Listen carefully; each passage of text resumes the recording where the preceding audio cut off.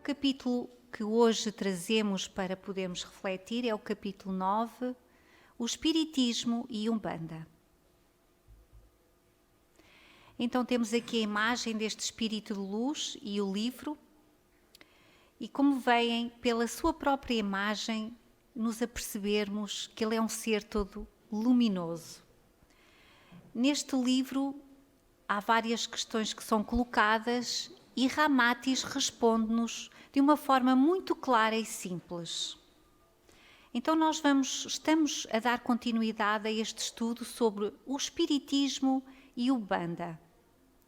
A primeira questão que trago neste momento é: alegam próceres ubandistas que, tratando-se de comunicação de espíritos nos terreiros de Umbanda, o termo espiritismo não deve ser exclusivo da codificação kardecista. Que dizeis? E responde Ramatiz: essa alegação não se justifica porque os espíritos comunicam-se desde os tempos mais remotos e anteriormente ninguém se lembrou de tal termo para designar as práticas mediúnicas com o além. Ademais, as macumbas, candomblés e outros ritos mediúnicos africanos que formam a base da atual Umbanda já existiam antes de Allan Kardec codificar o espiritismo. A nosso ver, a denominação de espiritualismo de Umbanda se ajusta melhor ao género e o objetivo dos trabalhos de terreiros, embora também propaguem os mesmos ensinamentos kármicos e reencarnacionistas.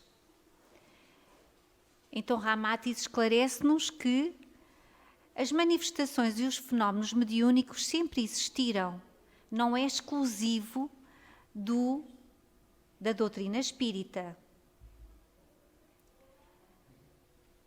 Outra questão. Frequentemente se diz que os médiuns se desenvolvem mais rapidamente nos terreiros de Umbanda do que junto à mesa kardecista, onde demoram longo tempo. Que dizeis?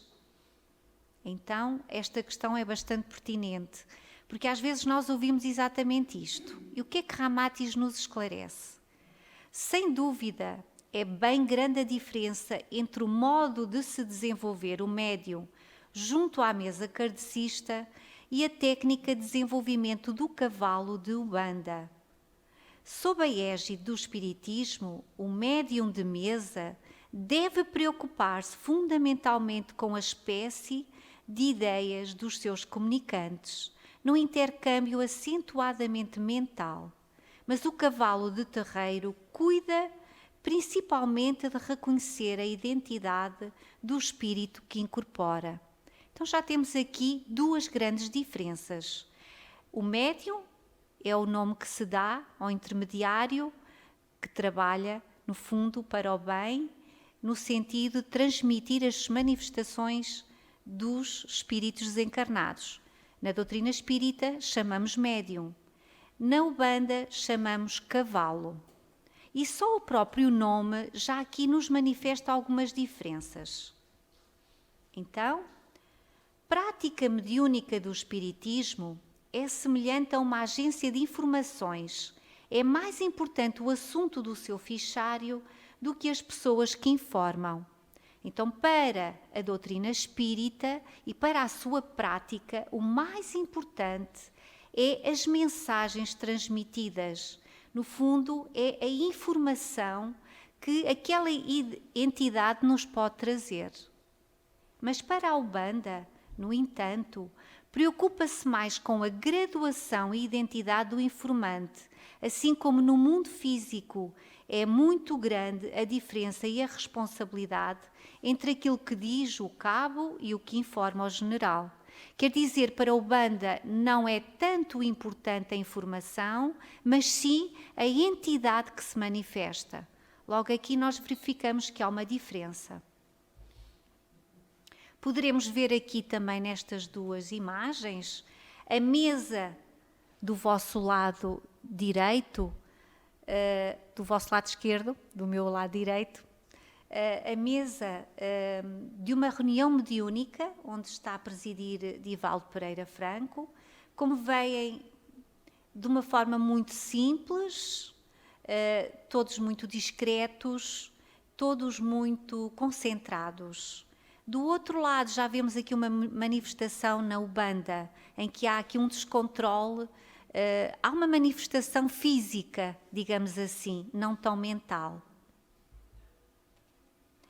Como o desenvolvimento mediúnico não consiste numa série de movimentos rítmicos, algo parecido à ginástica física muscular, o candidato a médium deve apurar os seus atributos angélicos, antes da preocupação de tornar-se um intermediário fenoménico dos espíritos desencarnados.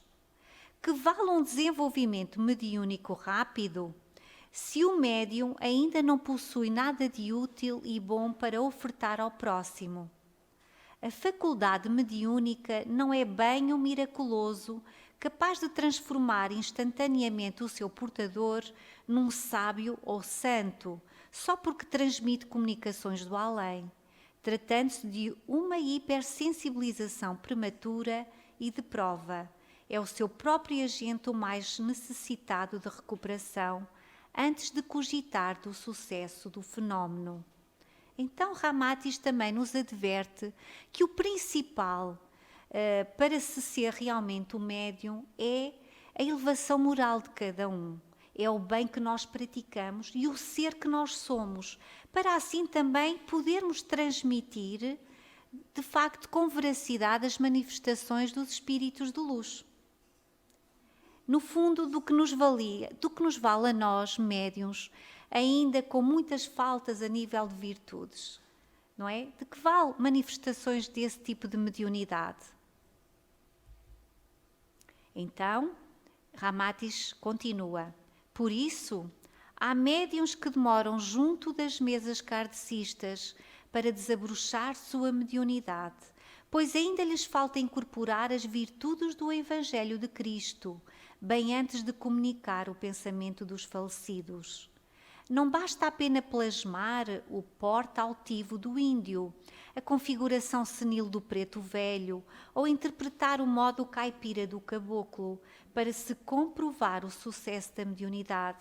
A nosso ver, tanto os kardecistas como os umbandistas perdem o seu precioso tempo junto de médiuns ou cavalos, cuja compostura moral é sumamente inferior à sua desenvoltura mediúnica.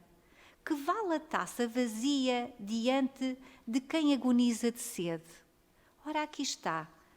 Por isso é que nos centros espíritas, os médios têm que passar por um processo, têm que fazer um estudo, têm que encontrar o seu equilíbrio, têm que perceber qual é, de facto, a missão de ser médium, da mediunidade e trabalhar nas suas virtudes morais.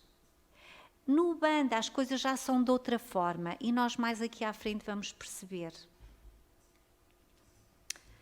Outra questão para Ramatiz. Afirmam os umbandistas que, em face dos métodos de desenvolvimento adotados nos terreiros, os médiuns ou cavalos ali são inconscientes e livres do animismo tão peculiar das mesas espiritistas. Que dizeis? E Ramatiz responde: a mediunidade inconsciente é raríssima, tanto nos terreiros como nas mesas espíritas.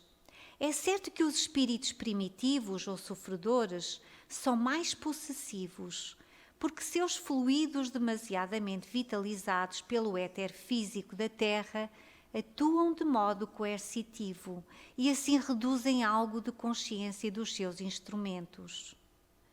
O espírito, quanto mais sublime, tanto menor é a sua ação física sobre o médium, e sua comunicação é predominantemente inspirativa.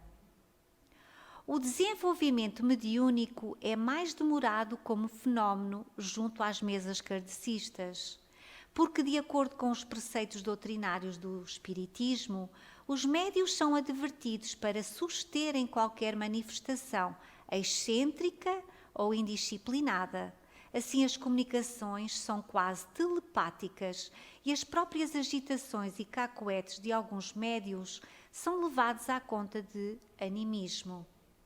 Então, as orientações são sempre de evitar exageros, reduzindo muito a possibilidade fenoménica de os desencarnados manifestarem a sua personalidade.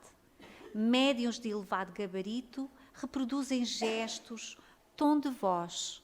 Então quer dizer que na doutrina espírita codificada por Allan Kardec há um cuidado muito acentuado relativamente ao trabalho da mediunidade.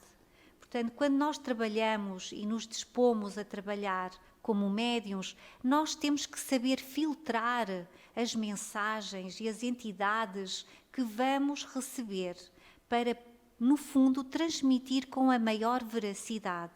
Daí que nós fazemos este filtro, disciplinamo-nos. Por isso é tão importante as formações, os cursos, para podermos perceber como é que isso deve ser feito. Porque, de facto, o médium não é um palhaço, não é? O médium tem também a sua individualidade, a sua personalidade e tem que saber, no fundo, disciplinar todas essas situações. Outra questão. Porque se diz em Umbanda cavalo e cambono em vez de médium, como é tradicional no espiritismo?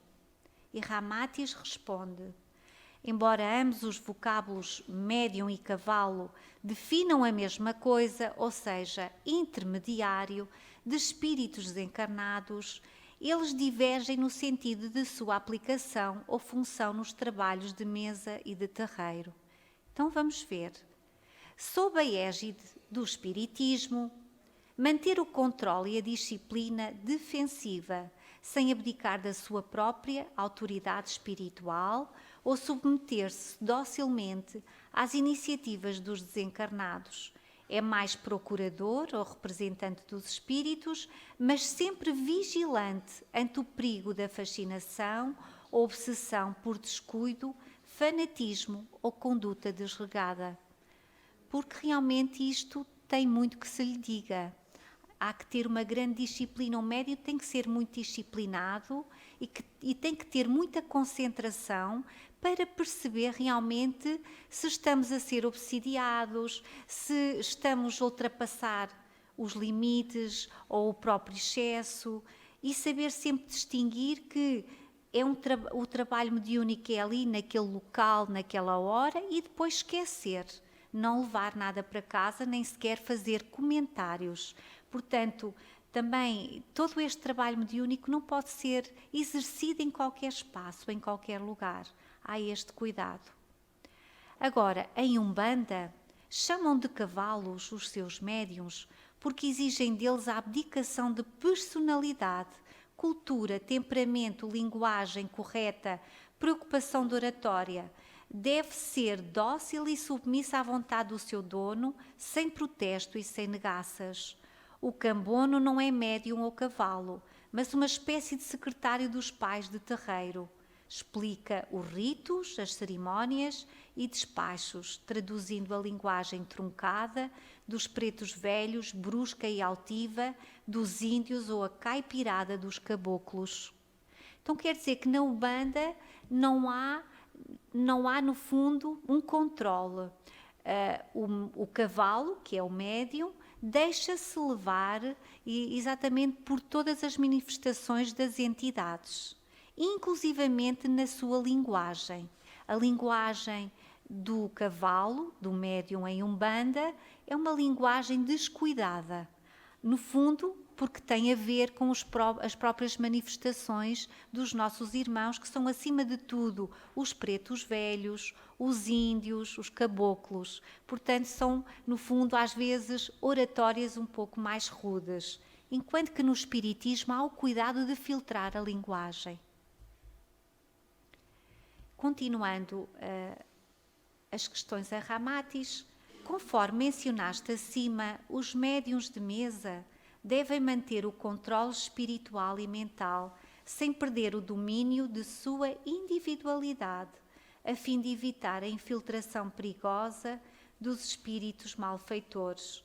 No entanto, nos terreiros dá-se exatamente o contrário, isto é, os cavalos obedecem cegamente às entidades que incorporem e correspondem-lhes quanto à linguagem truncada, às configurações peculiares, aos cacoetes e costumes, além de fumarem, beberem cachaça, vinho ou cerveja.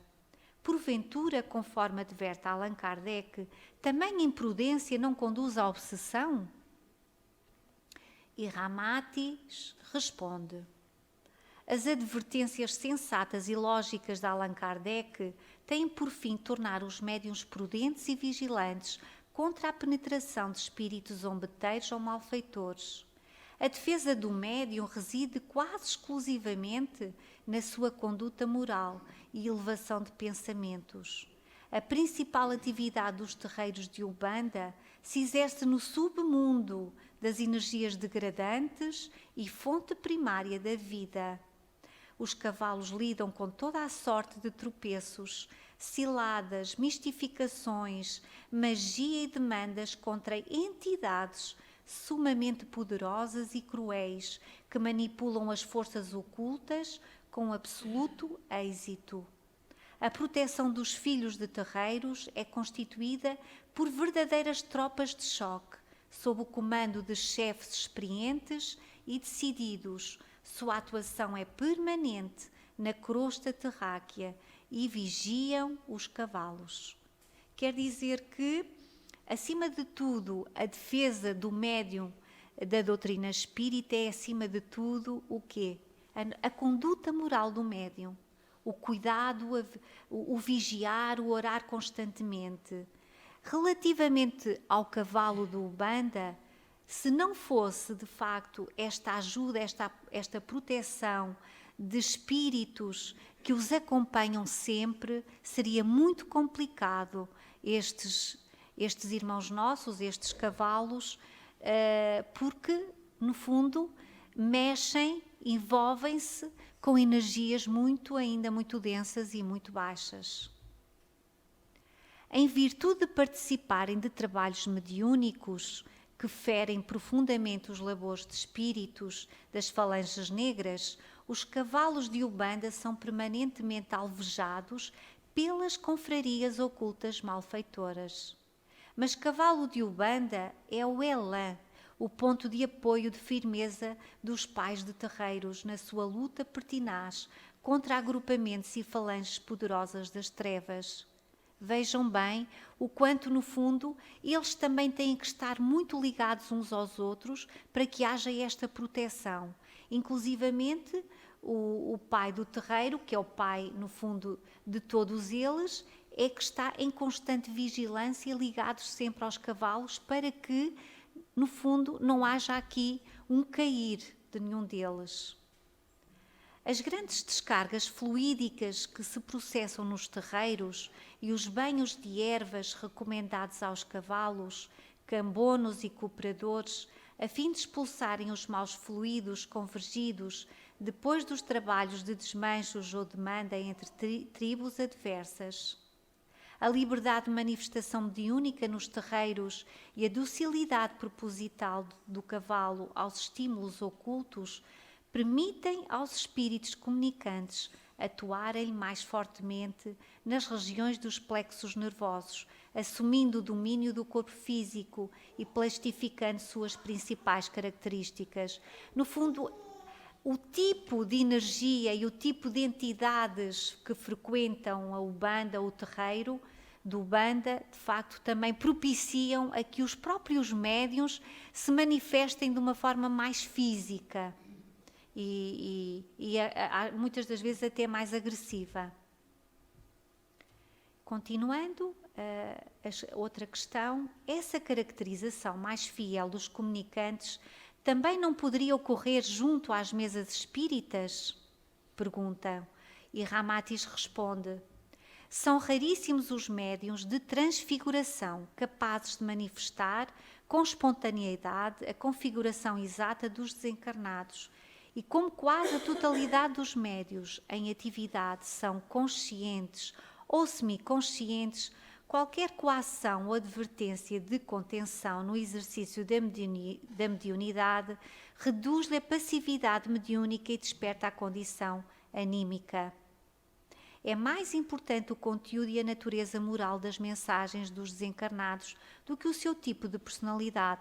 No fundo, o médium, quando está na mesa de kardecista, portanto, a trabalhar na doutrina espírita, ele está a filtrar telepaticamente as mensagens que recebe dos espíritos. Então as manifestações físicas não são assim tão manifestadas quanto no Umbanda, porque a maior preocupação é a mensagem, não tanto como o espírito ou a entidade se apresenta, é mesmo a mensagem que quer transmitir. Os kardecistas estão certos em cercear a plenitude da comunicação mediúnica dos desencarnados? E Ramatiz responde: o espiritismo, como a Umbanda, apesar do seu labor mediúnico diferente, ambos cumprem determinações do alto e tendem para o mesmo objetivo em comum. Enquanto a Umbanda aperfeiçoa a prática mediúnica no campo do fenómeno e favorece a reprodução plástica mais fiel dos espíritos através da passividade e versatilidade dos cavalos de Umbanda, o espiritismo doutrina os homens para a sua libertação definitiva das formas do mundo transitório da carne. Malgrado a aparência de ambos se contradizer, a Umbanda ajusta o vaso e o espiritismo asseia o líquido.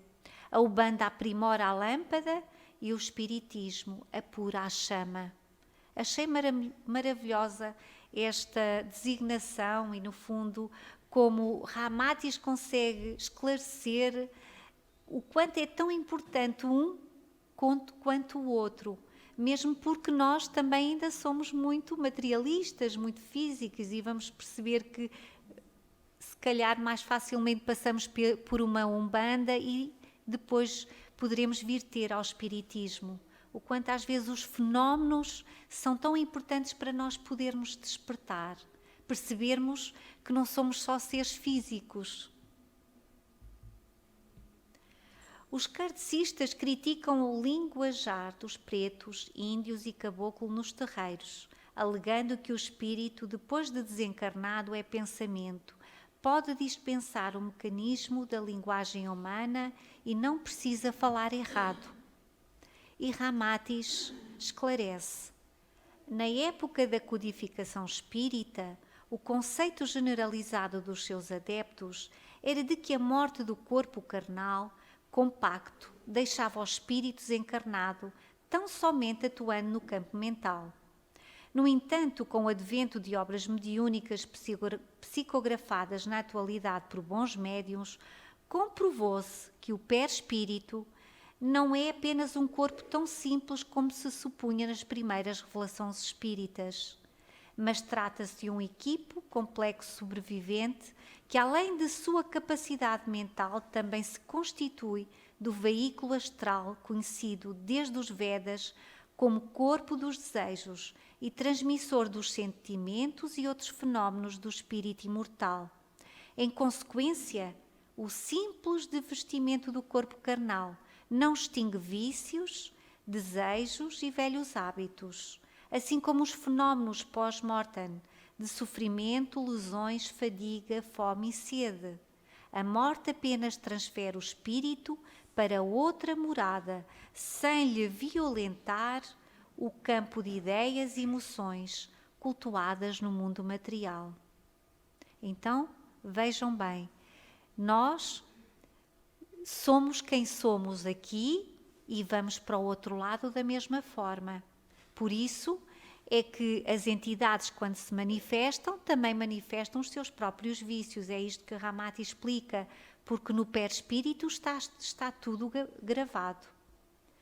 Que vale ao preto velho dispor de um médium letrado e altiloquente, mas que lhe desfigura a individualidade ou o tipo peculiar de ancião exaurido na escravidão pelo artificialismo de uma oratória brilhante e vocabulário fidalgo? Não seria absurdo exigir que a criança Devesse usar de puro vernáculo elevada conceituação moral só porque se encontra entre adultos? Então aqui também Ramatiz faz uma chamada de atenção à própria doutrina espírita, porque, de facto, uma criança nunca poderá manifestar-se com um vocabulário muito complexo, não é? Então é isto que Ramatiz também nos adverte na doutrina espírita. Porque Allan Kardec então explica que os espíritos comunicam-se exclusivamente pelo pensamento e não precisam falar errado, enquanto os pretos e bugres continuam comunicando-se com o seu linguajar excêntrico e a algavaria tradicional nos terreiros.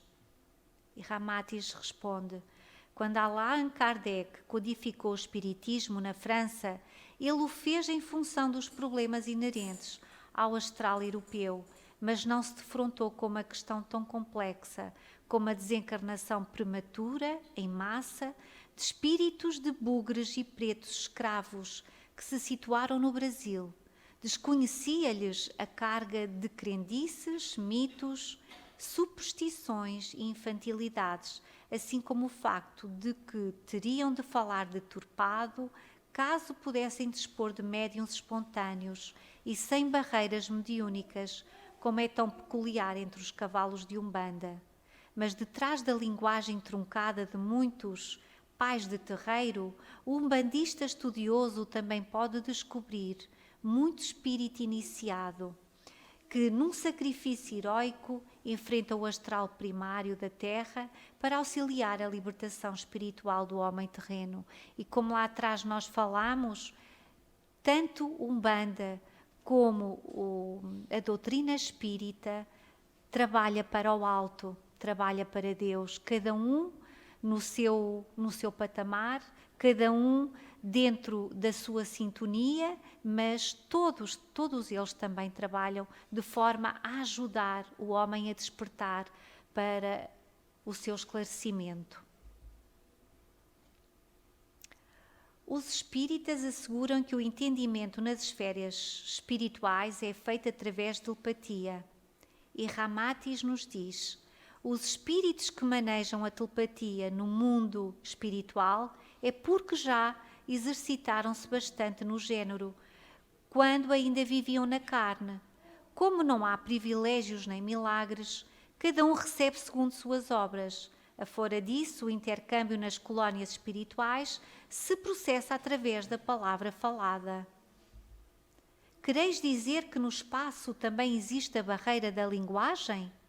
E Ramatiz diz: sem dúvida, nas colónias espirituais situadas em torno da crosta terráquea, com os seus componentes falam o idioma das raças ali congregadas, tal como no mundo físico, quando visitamos agrupamentos espirituais de outros povos, também servimos-nos de intérpretes, salvo quando se trata de entidades já desenvencilhadas das formas materiais e dos nacionalismos do mundo em que a telepatia pura é a sua habitual linguagem.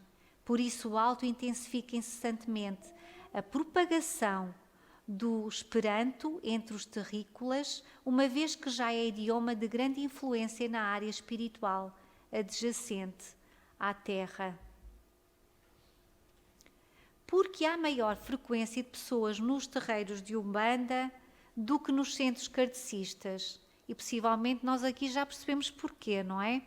Porque é que haverá mais pessoas a frequentar os terreiros de Umbanda do que nos centros espíritas? E Ramatiz nos diz: aliás, nos próprios centros kardecistas, a frequência de pessoas aumenta nos dias de receituário, passos mediúnicos e diminui nas noites de palestras doutrinárias ou interpretações do Evangelho. Isso é óbvio e bastante humano, pois os terrícolas ainda são espíritos primários, cujo estômago predomina sobre o cérebro e o corpo carnal sobre o espírito.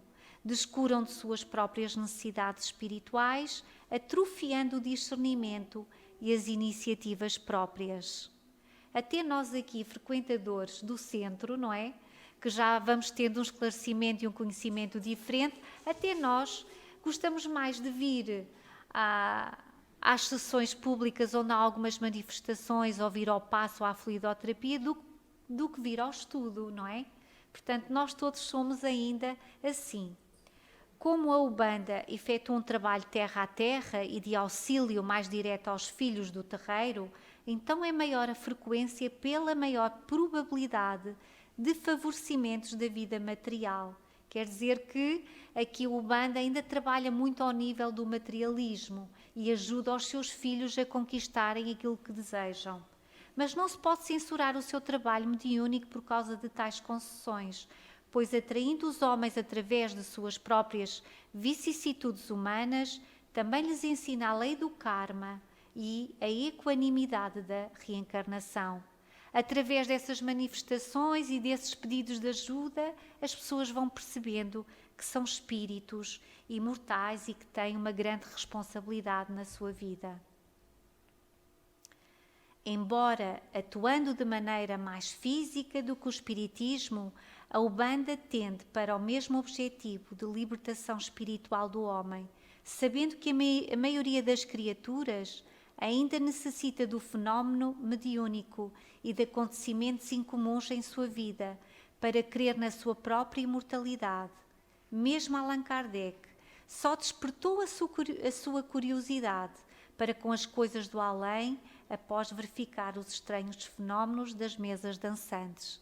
Aliás, Allan Kardec, como sabem, era um cientista cético, que não acreditava em nada destas coisas e até que um dia, realmente sendo convidado para participar de uma sessão mediúnica, ele percebeu que havia ali realmente qualquer coisa estranha, porque as mesas, sem ninguém lhes tocar, dançavam.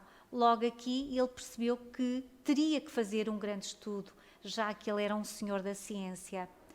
Como vem o fenómeno, é importante até para Allan Kardec e possivelmente para todos nós, porque muitas das vezes nós chegamos aqui porque ouvimos alguma coisa, ou sentimos alguma coisa, ou não andamos bem, sentimos presenças, enfim. Tudo isto nos chama à casa espírita, porque nos desperta que realmente há algo mais do que aquilo que nós vemos com os nossos olhos materiais. A Ubanda, com sua fenomenologia mais ostensiva e algumas vezes surpreendendo aos mais abalizados sábios pelo domínio incomum da matéria, atende as criaturas mais céticas, mas também dignas do convite que o Senhor faz a todos os filhos. Realmente alguns filhos de terreiro habituam-se ao comodismo de pedir indiscriminadamente para os pais resolverem os seus problemas fúteis da vida material. Vejam, vão muito à procura da resolução para os seus problemas materiais. Mas todos nós somos filhos do mesmo Pai, não é? Como diz Ramatis, e todos nós merecemos ajuda, nem que para que possamos nos aproximar do Pai, tenhamos que passar por estes processos. No entanto, assim como acontece entre os espíritas kardecistas, uma boa parte livra-se dessa mendicância espiritual e desenvolve o autodiscernimento acerca do seu próprio destino.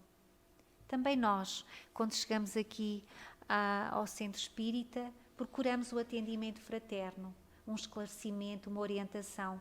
E às vezes há quem fica assim um bocadinho viciado nos atendimentos fraternos e nós temos que desenvolver, no fundo, a nossa responsabilidade, o nosso autodiscernimento, porque a doutrina dá-nos tudo, esclarece-nos acerca de tudo, porque está baseada no Evangelho de Jesus e, portanto, se conhecemos a vida de Jesus, nós vamos compreender quais são as orientações que devemos ter na nossa vida. Pronto, e agradeço imenso este momento, este pequeno estudo sobre esta comparação entre o Espiritismo e o Ubanda. Estamos todos, no fundo, num processo de aprendizagem. Muito obrigada a todos.